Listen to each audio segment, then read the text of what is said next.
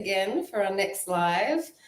This is a really key topic about navigating breakups. And today we're going to share with you really how to navigate breakups in the context of Tantra.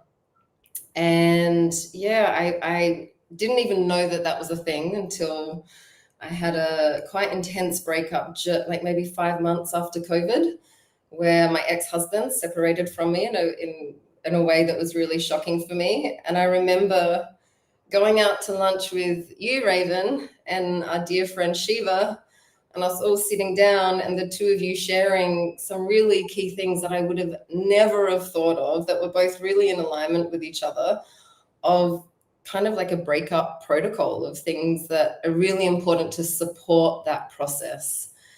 And then it's been, for me, a 4-year journey of 4 beautiful relationships in that time, and a deepening of really the growth for myself as a person has primarily been actually through relationship, and then through ending relationships, and just all the gold that can really be harvested from that process if you know what you're doing and what to do.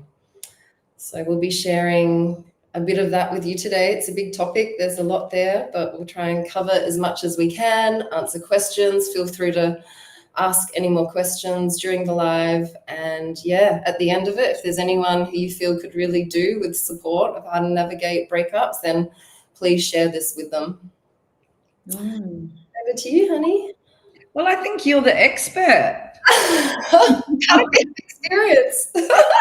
You've been really in the depths of authentically moving through breakups, through the grieving process, and I think that's probably the most important thing that a lot of people miss, is that when we're transitioning out of such a deep, intimate relationship where we're making love, we're doing everything with that person, we're sharing our full selves, sleeping with them every night, cuddling, and then all of a sudden that person's gone, it's really shocking to the nervous system, to the heart, to the tenderness.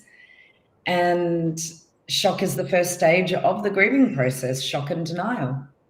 So we have to feel that, we have to really own that, this is happening.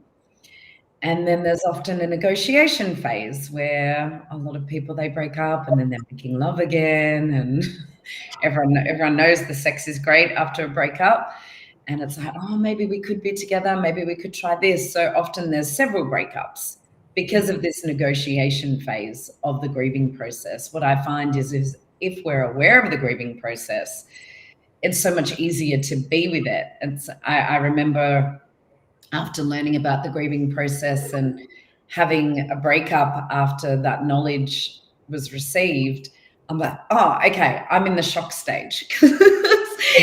My boyfriend left and I was just like in fetal position on the floor going, no.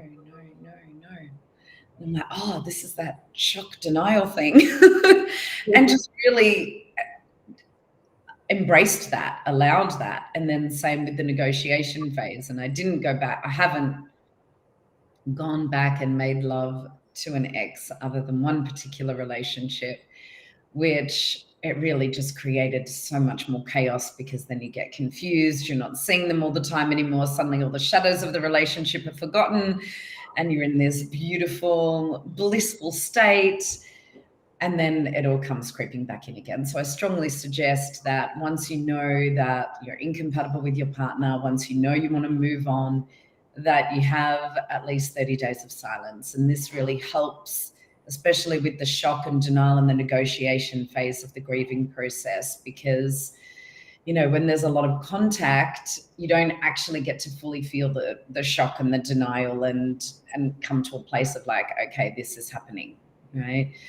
And also without that break, it makes it a lot harder not to re-engage in the relational dynamic. So 30 days of silence. I remember I gave you that task and you were very good at it, Tara. And by silence, that means like no communication with your partner, and that includes looking at them on social media. That includes looking at photos. That includes all of that. It's like, yeah, disentangling. Yeah, a time to recalibrate and come home back to yourself and to actually go through the grieving process, because so many people don't. The next stage, and these are the stages that follow in the structure of the grieving process.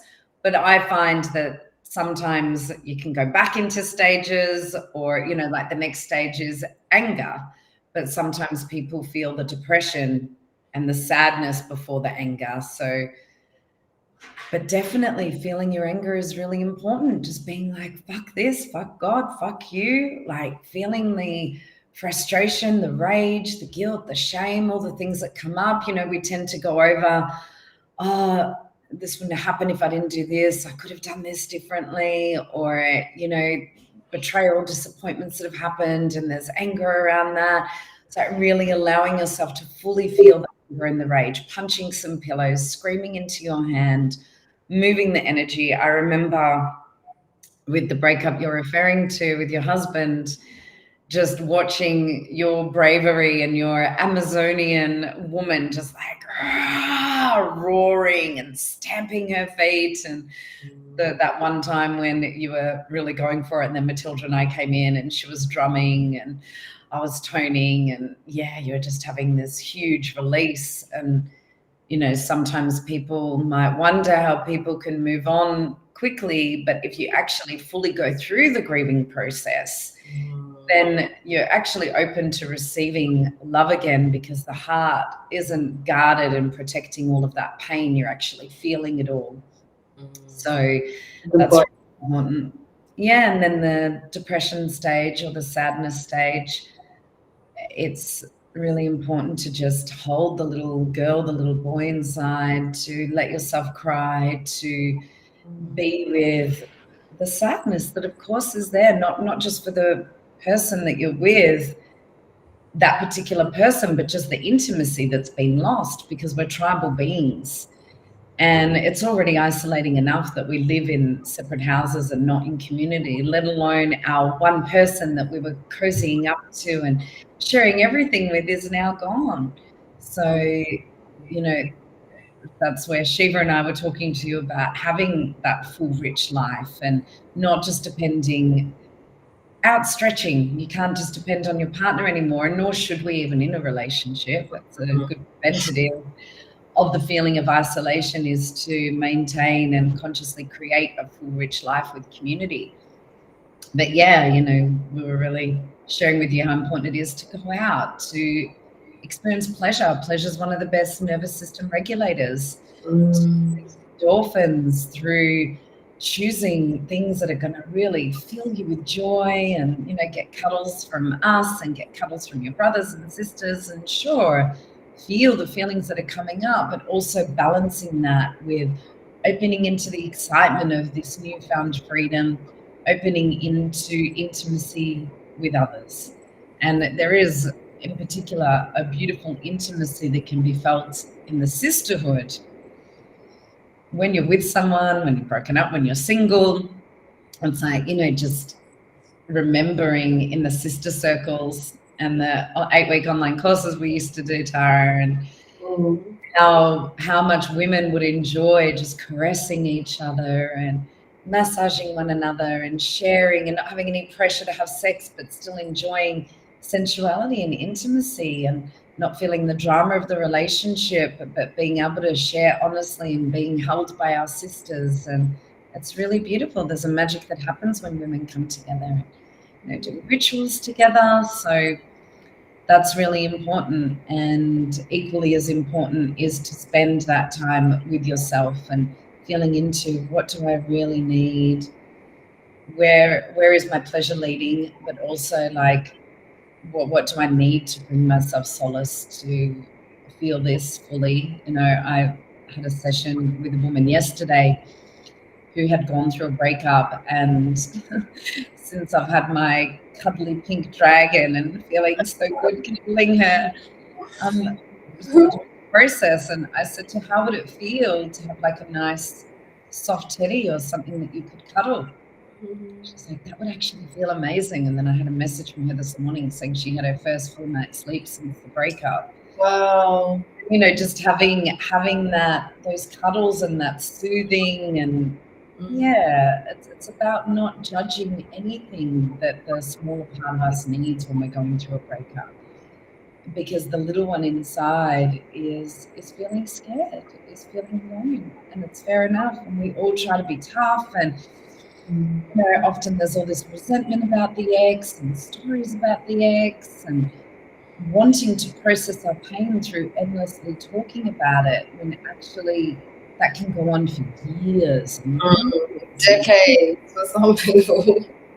And it's so nice, you know, with you, I don't hear about your ex again after you go through what you need to go through, because you've felt the shock and denial, you've felt the disappointment, the anger, the rage, the frustration, the sadness, the depression. You've been filling your cup, and then you get to the acceptance stage. And yeah, I'm increasingly impressed by the way that you deal with breakups. And yeah, I would love you to share more on that. And just from my own personal experience, I just dive right in. Like, once I've broken up with someone, I set at least 2 weeks aside of feeling everything. And one thing that I'm 100% committed to whenever I leave a relationship or leave anything in my life is, why am I leaving? And I remember that. Say, okay, this relationship doesn't work because, and you stay connected to that instead of all of the other stuff that can come into it. And that's part of when we get to the acceptance stage. And the other part is not being resistant to pain, because you are going to feel the pain of that. Like, I dive deep for 2 weeks, but then obviously there's other pain that comes up, and it's like, here it is, and that's okay. And I'm friends with all of my exes except one, and that's because he doesn't want to be friends. And it's beautiful, because the love doesn't have to stop when no one's made right or wrong in the breakup. It's like, we're incompatible. This is why we can't be together. Can we reach a place of mature acceptance in that? And that's a really beautiful thing. So I'd love to hear more from you. I've got more to say about it, but yeah, I feel like part of what has tripped you up that I've supported you with is the continually rehashing over the relationship and the what ifs. So I'd love you to share about that, and how staying in the moment and not rehashing and staying connected to the truth of why you can't be with someone stops you from just going back to avoid the discomfort, and also stops you from just like blaming yourself and head fucking yourself. Just being like, okay, lessons learned, and now I can move on and shift and change how I do the next relationship. Sure. So, at a practical level, what I think is really important and helped me was very soon after the breakup to actually write down that list of why the relationship doesn't work. And it doesn't actually matter whether you're the one who left or they're the one who left. Like, you both, in either case, you need to find your no in the situation. And yeah, what really helped me is to understand that it's normal for the mind to put all of the memories of what didn't work to the background, and to bring up all the memories of what was amazing and what you did love. And then the mind goes, oh, what happens if I can't find anyone as good as this again? And no matter who I speak to in the breakup process, every single person has that thought. And every single breakup, I've had that thought. But now I know that that's normal, and that that's what the ego and the mind does, because it doesn't want to be alone. And it doesn't want to let go of something that's familiar, even if it's not working. So going back to that list again and again, feeling it in my body was key. And what I would suggest is that you put on top of that list the key reason. Because I remember now you did that list, and it's great to have a list of all of the reasons. And sometimes when you're in an overwhelmed space and going through the grieving process, just one thing that irrevocably makes it really not consistently safe or joyful or pleasurable or easeful to be with this person. So, with Aaron, it was really easy. It's like, I can't be with him. My kids are here. He's in Bali. I'm not choosing a man over my kids. Like, it's not possible. Mm-hmm. And so whenever he or I would go into possibilities of like 1 month here, 1 month there, or like reopening or whatever, I was always really clear, like, no, this can't work because of this. As soon as I would breathe and remember that. Mm-hmm. Or, my partner before that, there were so many reasons that it had turned incompatible. But the overarching one of why we would never be able to be together was that he didn't want to father my kids. And I want that in a partner. So there's all of these reasons. But I want you all, when you're going through a breakup, and if you're going through one now, to anchor in and to feel, where was the biggest place that I was settling? Where there's something that really feels non-negotiable for me at an embodied level. And if I knew that I was worthy of receiving love in the way that I needed to receive it, I wouldn't be tolerating this. What's that thing? And then, other relationships, it's been just, we're going in different directions, and the evolution of our soul is naturally taking us apart from each other. There's not resonance anymore. Remembering that, that's really, really, especially where there's kids involved, because you see the kids and my kids would like bring mine and Scott's hands together and so want us back together, and you think maybe we can make it work, and everyone wants your kids to have two parents, but actually what is best for them, I feel, and what I came to is that I'm filling my cup, I'm aligning my life with my ease, joy, pleasure, dharma in a way that is just overflowing, and I'm taking life and really saying to life, I want to receive all of you. I want to receive the most joy, ease, and pleasure possible. That is my birthright. That is what connects me to the most regulated part of myself. That is what connects me to, if there's any meaning of life, what better meaning than to be as happy as possible? And then that happiness radiates out into our Dharma, into the people we love.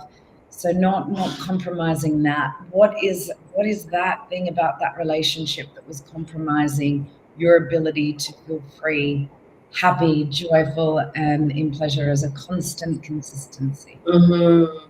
And again, like the mind can come in. I remember in some of my separations and go, oh, but maybe it would change if I did this. Maybe it will change when that happens and that shifts for them. But, like we always say, people change, but they don't change that much. And so when you're in that breakup processing zone, you really want to ask yourself the question, if the relationship stayed the same like this forever, would I be happy?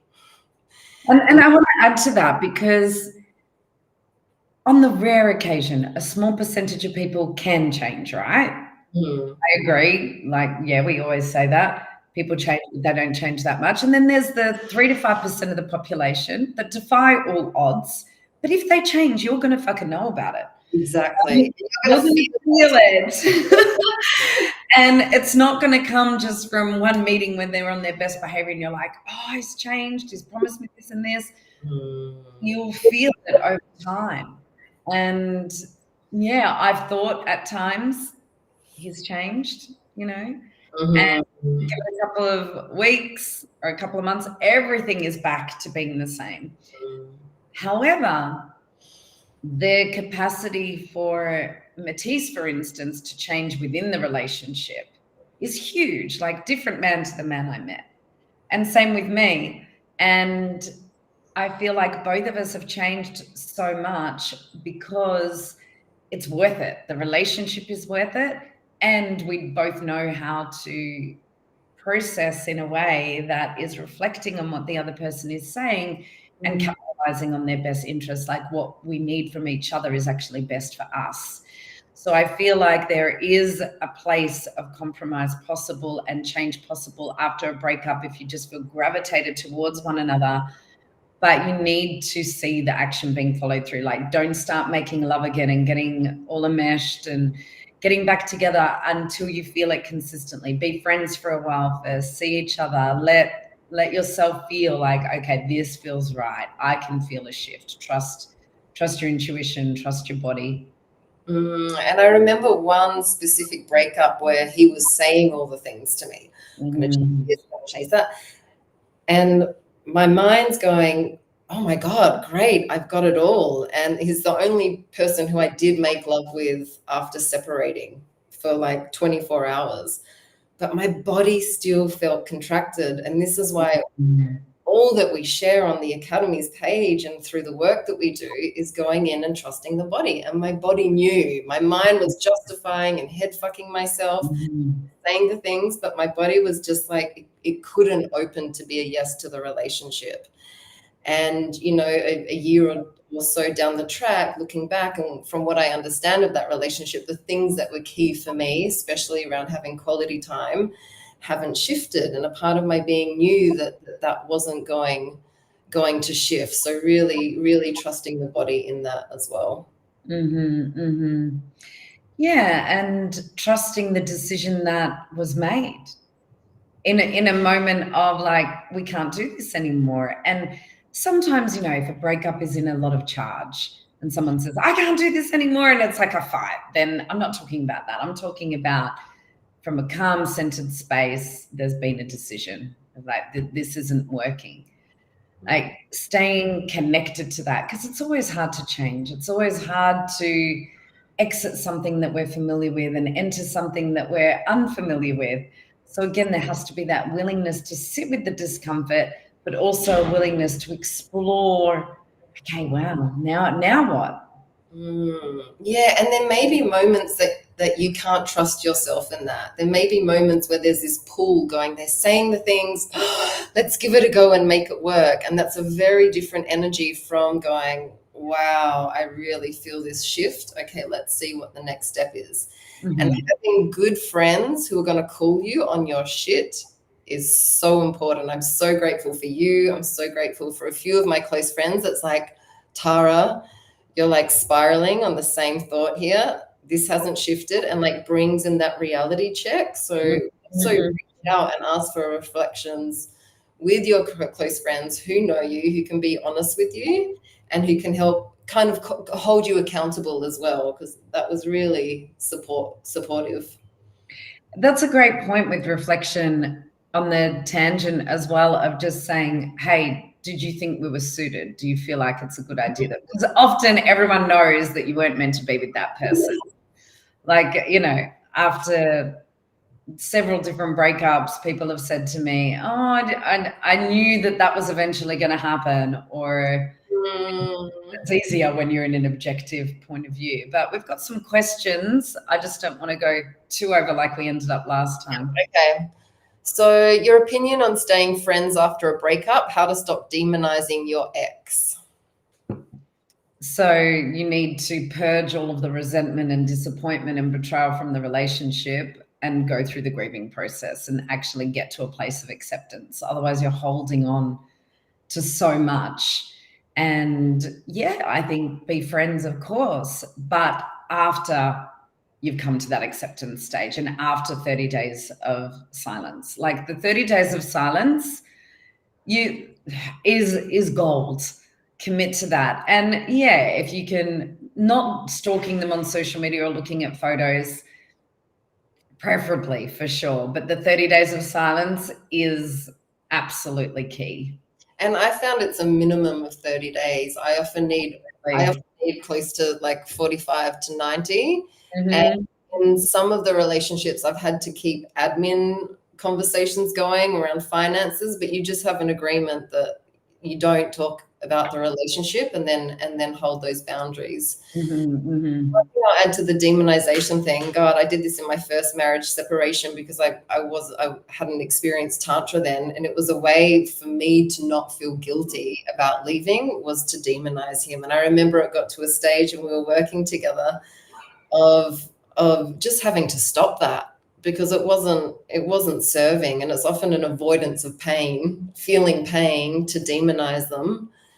And I think after a certain time period, it's like, I think as Shiva was saying, it's like it's good to talk about it with your friends in a 30-day window, and share what's on your heart. But actually it comes to a point where you just need to consciously stop talking about your ex, because Mhm. it's boring and tiring for your friends, and it actually isn't serving you, because it's just activating the mind. So that's Mhm. the other suggestion. Yeah, and you were saying before that it can be such a head fuck to think of all the good memories and convince yourself. Some people demonize so that they're blocking out the good memories. Ah, And true. yeah, so it just needs to be a balance. Like part of what I do as a closing ritual when I separate from someone is, preferably with them if they will, Mm. is to express gratitude for all of the beauty of the relationship, which also helps you to stop demonizing. Like there's always incredible lessons, incredible moments. So can you either sit with that person or on your own and just thank you for opening me to music and sound. Thank you for making love to me so beautifully. Thank you for holding me through so many vulnerable moments. Thank you for introducing me to Kundalini, like everything that you're grateful for. And that's very different to going, you did this, you did this, you did that, which is where most people are at. And then, yeah, really stating to each other and to yourself the reason you can't be together, and then having some kind of symbol of your relationship, some like a photo or a painting or a crystal, something precious that has a connection to the relationship for you, a sentimental connection, and burning it or giving it to the water, involving the elements in some kind of ritual of really letting go. Yeah, it's so healing. I think that really also then enables, like, it kind of signifies the ending, and then a relationship can be possible from that place. And ceremony is such a powerful way of doing that. And then when you talk about your exes, it's in a loving way, Yeah, It's just I like talk about a friend. Oh, and there was this one love time. all my exes. Yeah, yeah, and that's beautiful. Yeah, Also forgiveness, of course. It's like forgiving them for being human, forgiving yourself for being human. It's very rare that there's one victim unless it's been an abusive situation. It's like we all have our part to play in why a relationship didn't work. So, yeah. And that's such an expansion point when you're going through the breakup process as well. Is looking at that, looking at the reflection. And I remember every time I'm shocked, I'm like, how did I not see that? But the part mhm. me the most about them was reflective of something that was within me. And it didn't look exactly the same, but there was an energetic that was the same. And that's what I've really committed to each time, is looking at that and working on that within myself. That's then like opened more, like the relationships just get better. Yeah, yeah. I remember those different points of time, and for you and for myself, of like, oh, he was so controlling. Oh, okay. And where am I controlling? Maybe in a different way to him. So can I learn that lesson so I don't have to attract that reflection again? Or like I remember with one of yours, it was like, he's not fun and spontaneous enough or joyful enough. And you were receiving a reflection of that part of you that wasn't fully following and receiving pleasure as a consistent hum in your life. And now you do, which is incredible. So take fucking responsibility, people, and also looking at what's the recurring thing that keeps showing up, right? So in this breakup, in the other breakup, what have they all complained about? Because it's probably true. Mhm.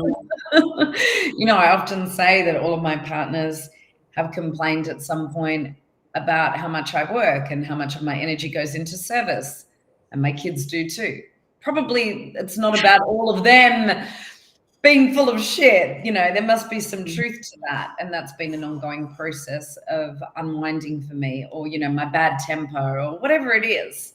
So everyone just close your eyes for a moment and take a second to reflect on your breakups and the relationships you've had, and just see if you can notice a thread weaving the tapestry of these relationships that would undo things, that would create separation, that would block the intimacy, block the flow, block freedom, block love.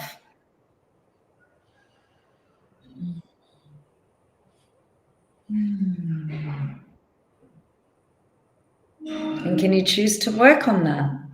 You choose to work on that piece. We can open our eyes and, relationships, whether it's a breakup or during the relationship, the best part about relationships is that they are such a gateway into embodied awakening, into evolution, because we have this direct reflection of our unconscious. We have this love as medicine to our soul. We're getting so close to someone. So we get to see our shadows, we get to see our light, and whatever's happening around the breakup, whatever's happening in the relationship is always asking us to see more clearly, to get to know ourselves, to feel more deeply. Absolutely. And like that joy piece that you mentioned, I was trying to get that for years. Mm-hmm, mm-hmm, mm-hmm. And after that breakup, seeing it and really intentionally putting energy into it, it completely changed my life. Mm-hmm. And after that, the most recent breakup was really around so in his head, so in his mind. And then that was actually the last two. And that's what I've been working with. And it's been like committing to that and going, yeah, I'm going to own that in myself and really look at that has been a paradigm shift for me. Mm-hmm. Getting the trusting my body. And so it's like they become your greatest teacher as well. Mm-hmm. And then some gratitude for that instead of demonizing them and taking it personally. It's like, great, we're reflecting to them, they're reflecting to us. Whether they do that and benefit from the relationship and the separation process or not has nothing to do with you. Mm-hmm. Take that jewel for yourself. Yeah, absolutely. Yeah.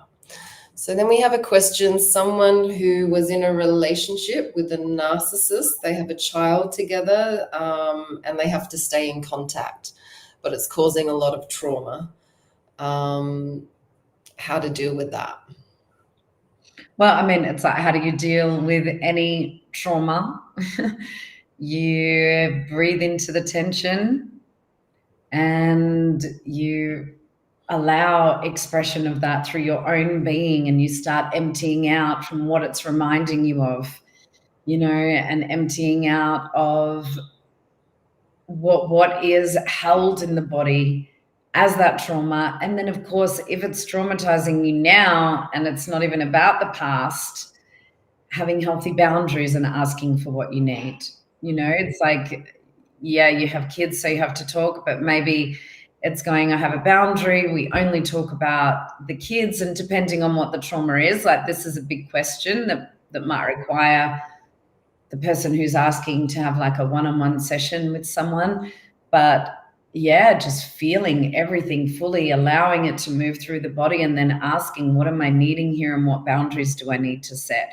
So look at what you said, Tara, of, only discussing finances and logistics and not talking about the relationship, only talking about the kids and not talking about the relationship, and setting a boundary and just not responding if they do, or talking about anything outside of the kids. Mm-hmm. Yeah, absolutely. And then someone's asking, so a close friend and I were intimate. I was then friend zoned, but he still wants to meet twice a week as friends. I want more. I'm scared to lose him.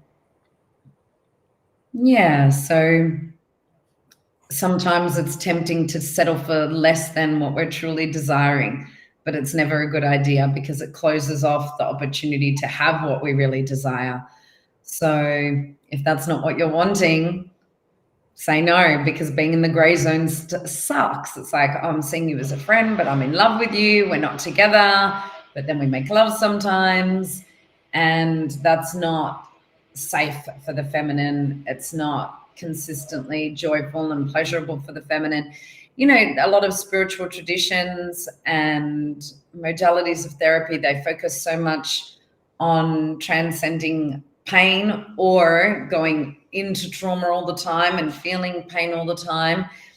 And I think that it really requires a balance of, yes, feeling the trauma, going into the tightness, going into the tricky spots, and moving the energy with breath, sound, and movement, and, you know, really being there for yourself in that, tuning into what you need and what your boundaries are.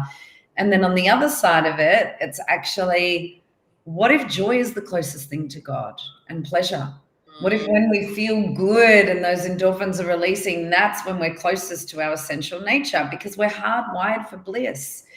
And part of another reason why I love Tantra, amongst the hundreds of reasons, is because it gave me permission, after such a strict kind of spiritual path, to go, actually, you know, having a wine at the beach with my friends and cuddling up and feeling all the pleasure of that is spiritual. You know, it's a ritual that connects me to spirit, because if you split up the word spiritual, it's spirit and ritual, right?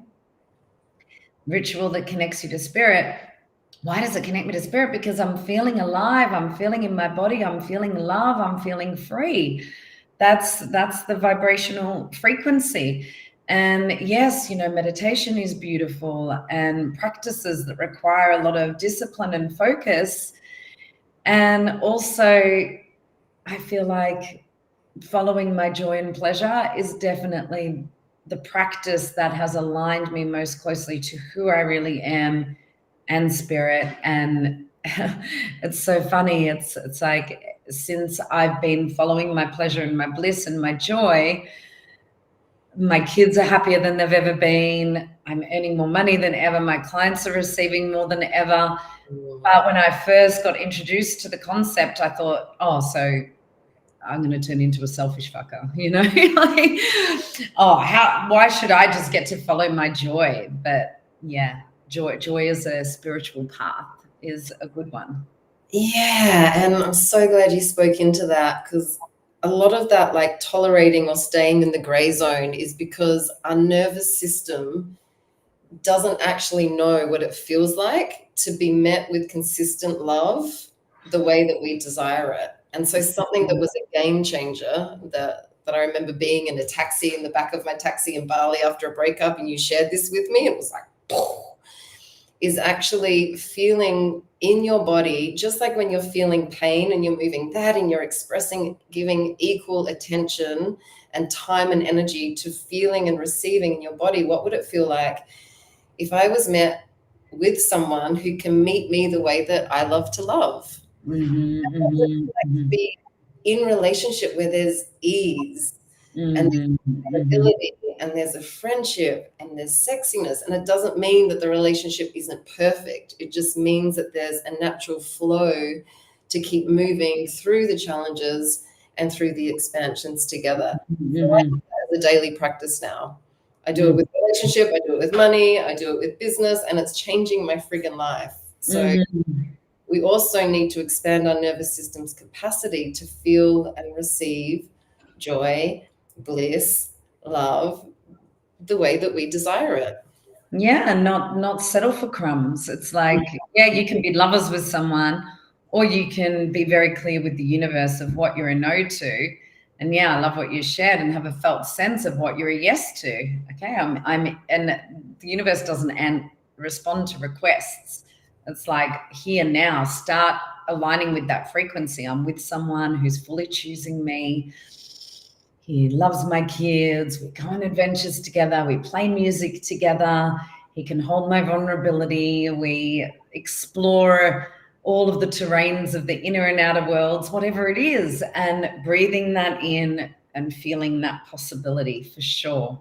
And what I notice is that the more that I have a felt sense of that in my body, and I've been doing that for quite a while now, is when I'm hanging out with men and, you know, sussing each other out, if it's not that, I'm naturally disinterested. And something that maybe I would have explored for a few weeks or a month, I don't even go beyond like hanging out or maybe a kiss. It's like, yeah, I know what that feels like because I've been there before, and I know what I want, and I know what that feels like because I'm breathing into my body and acclimatizing and aligning myself to that. So it's like, thank you, no thank you. yeah, Very very clear on what you want in your next relationship. Be clear in your yes, and then you'll be clear in what you're a no to. And then create that rich life, like you were saying in the beginning, because once your life is full, the relationship needs to fit within that container of joy. And yeah, how I want to feel in my relationship. Call that in now. Yeah. Become that person, and then naturally that resonance will follow. Exciting.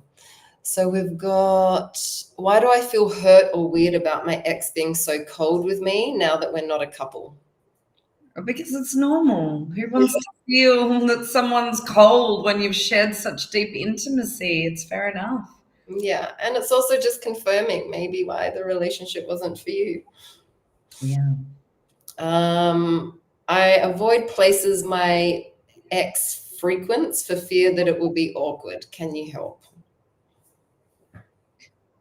Let it be awkward if you want to go to those places. It's like, can you be with what arises in you in these tricky places? And when you feel that anxiety, just breathe into it, ask yourself what you're needing. And if you need to not be there for a while, then don't be where he is. Like, it's either allow the anxiety, and emotions, when they're fully allowed and not resisted, we just let the awkwardness be there and the anxiety be there. It passes. But when we resist it, it just stays and gets bigger and bigger and bigger, and we're all contracted in the body. So see if you can just be with it and it will pass. Or if it's just too intense, don't be around him. Mm-hmm. Yeah, absolutely. How to release grief that seems stuck in the throat? Cry. Some sad music, just let yourself cry, hold yourself. If it's hard for you to get there on your own, then have like a one-on-one bodywork session that supports that. Often people are very stuck around the throat if they're suppressing and swallowing down what they're feeling. And sometimes you have to let anger flow before you can get to the grief. For me, it's very hard for me to feel sadness and tears and grief without first going to anger. So that could be like you as well. Yeah. I'm not sure if I understand this one. DAX, I think, means domestic abuse. Mm-hmm. Hasn't opened or read WhatsApp messages, completely ghosted. What the fuck? Yeah, I mean, sounds like a piece of work. And grieve and come to a place of acceptance. Feel the anger, feel the denial, feel the part of you that wants to be in reconnection, and feel the part of you that's sad and frustrated. Just feel everything fully, accept and move on. It's like we can't avoid the pain of a breakup or of being ghosted or of being abandoned, or it's always going to hurt. It's always going to be hard to see the person. Life's hard sometimes. We have pain and pleasure flowing, and we just need to accept that. And life is painful. Suffering is optional. We suffer when we resist and when we deny ourselves pleasure.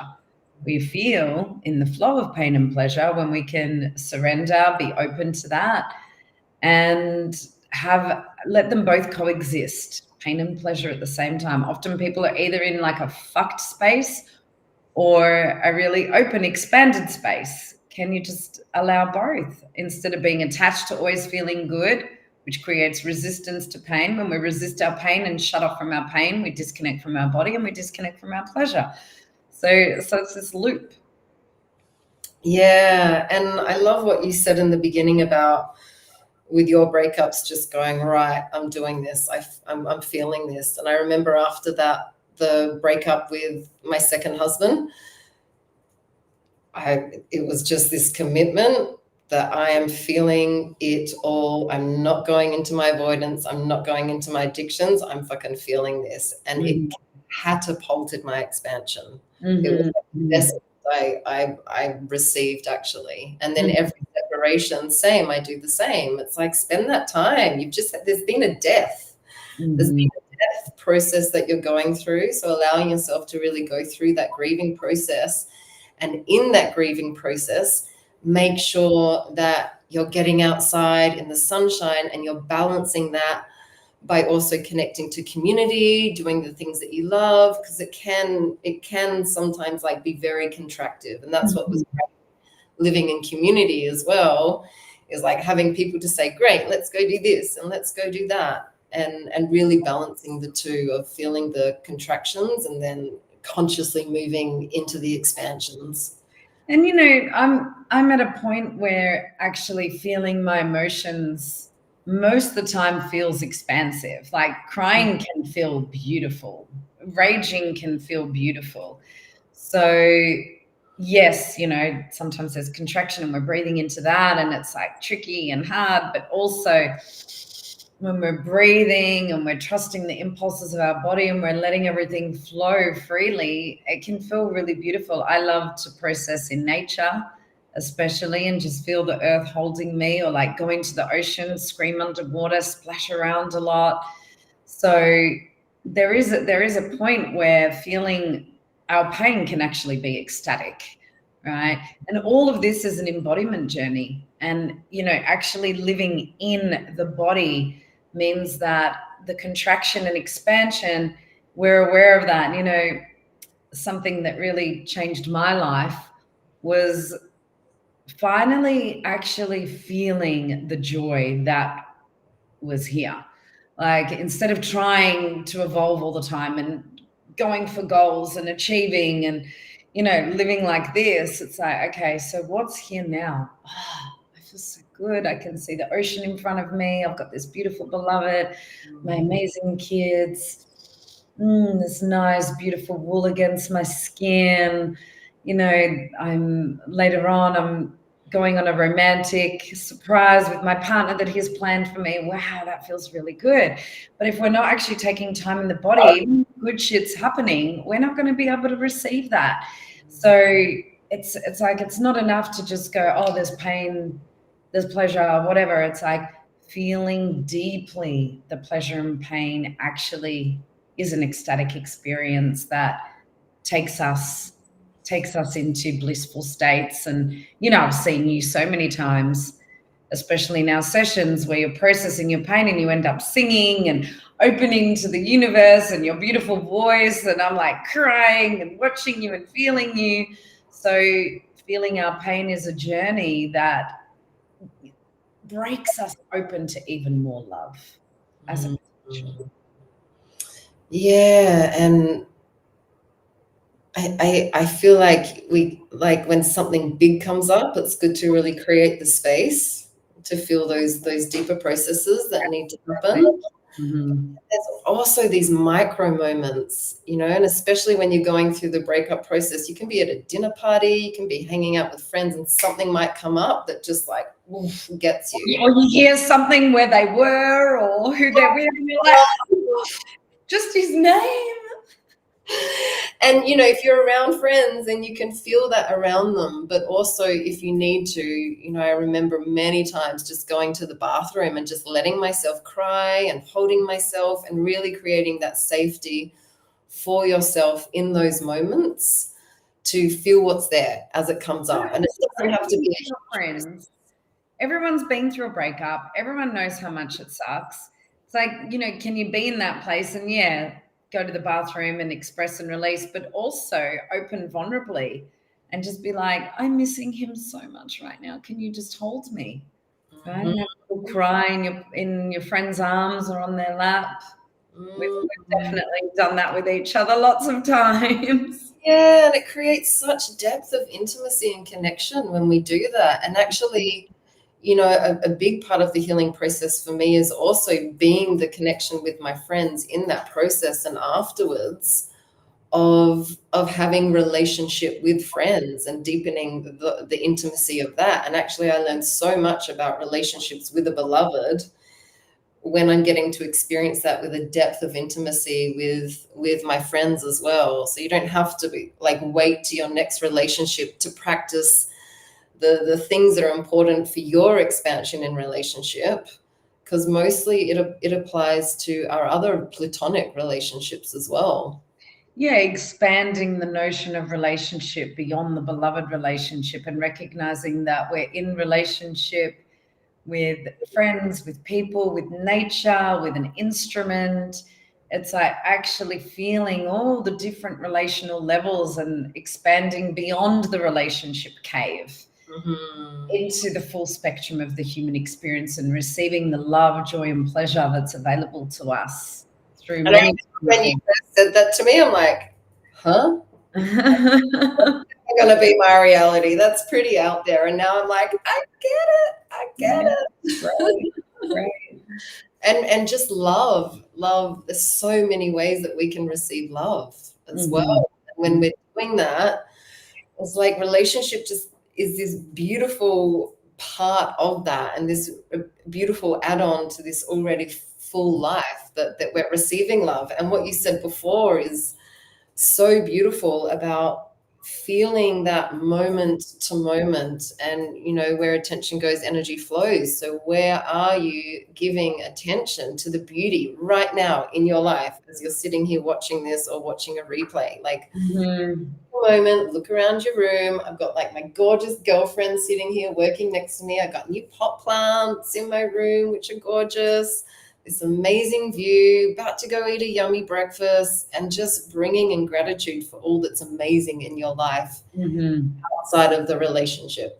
And all of this requires a deeper pulse of actually noticing the vibration of the breath and how it connects you to your body, and actually having an intention to connect with this body. Because I used to have an amazing life pre-tantra and being like Fiji in an amazing 5-star resort on the beach, or so many memories of beauty that it was all just kind of passing me by. I wasn't actually feeling it. So I could be looking and going, oh, wow, how great my life is. I'm in Fiji, I'm with my husband, my kids are over there, the ocean's here. But am I actually connected to my body, connected to my breath, smelling the ocean, smelling the delicious food that's cooking, feeling the touch of the massage I'm receiving after lunch in my skin, feeling the hug of Scott, of the kids. It's like we can be in the most incredible setting in the world. Someone else could be sitting where you're sitting, Tara, and they're not feeling any pleasure or gratitude because it stays mental. They're not actually, just feeling that. So that's a deeper piece. And the Academy offers so many things around embodiment. That's my main passion, because for me, the transition from consciousness and meditation and more transpersonal practices into the more primal part of me has been an absolute game changer. We are holding a masterclass, Queen's Portal, and it's really going to be a deep journey into connecting to pleasure and pleasure mapping, really, and understanding how to fully open yourself. Because you can learn all of this and what we're saying here, but at a cellular level, your nervous system needs to start opening to pleasure. And also you need to understand certain things about pleasure. So many people just think of sexuality when they hear the word pleasure, right? That's important. And we'll be going deeper into that, and the erogenous zones and pleasure mapping and what actually feels good for a woman. But also it's just being aware that the pleasure that you receive from being transported with a beautiful book, or swimming in the ocean, or melting into a jacuzzi, or immersing in a delicious meal, or going for a bike ride through the forest, that pleasure is so beautiful. It's so beautiful when we can receive it. So during Queen's Portal, we're actually going to do a lot of embodiment practices to open the body to that possibility, to receive the codes for actually opening our base chakra to pleasure, to joy, as something that can be the new consistency. Amazing. Yes, so we're running that 17th to 19th of June. So Pop Queen in the comments and we'll send you a link to that. At the moment, there's a special that if you buy Queen's Portal, you get Sex, Money, Power short course as a bonus gift. Do we have any other questions, Tara? No, that's it. Great. I'm very hungry. I'm hungry too.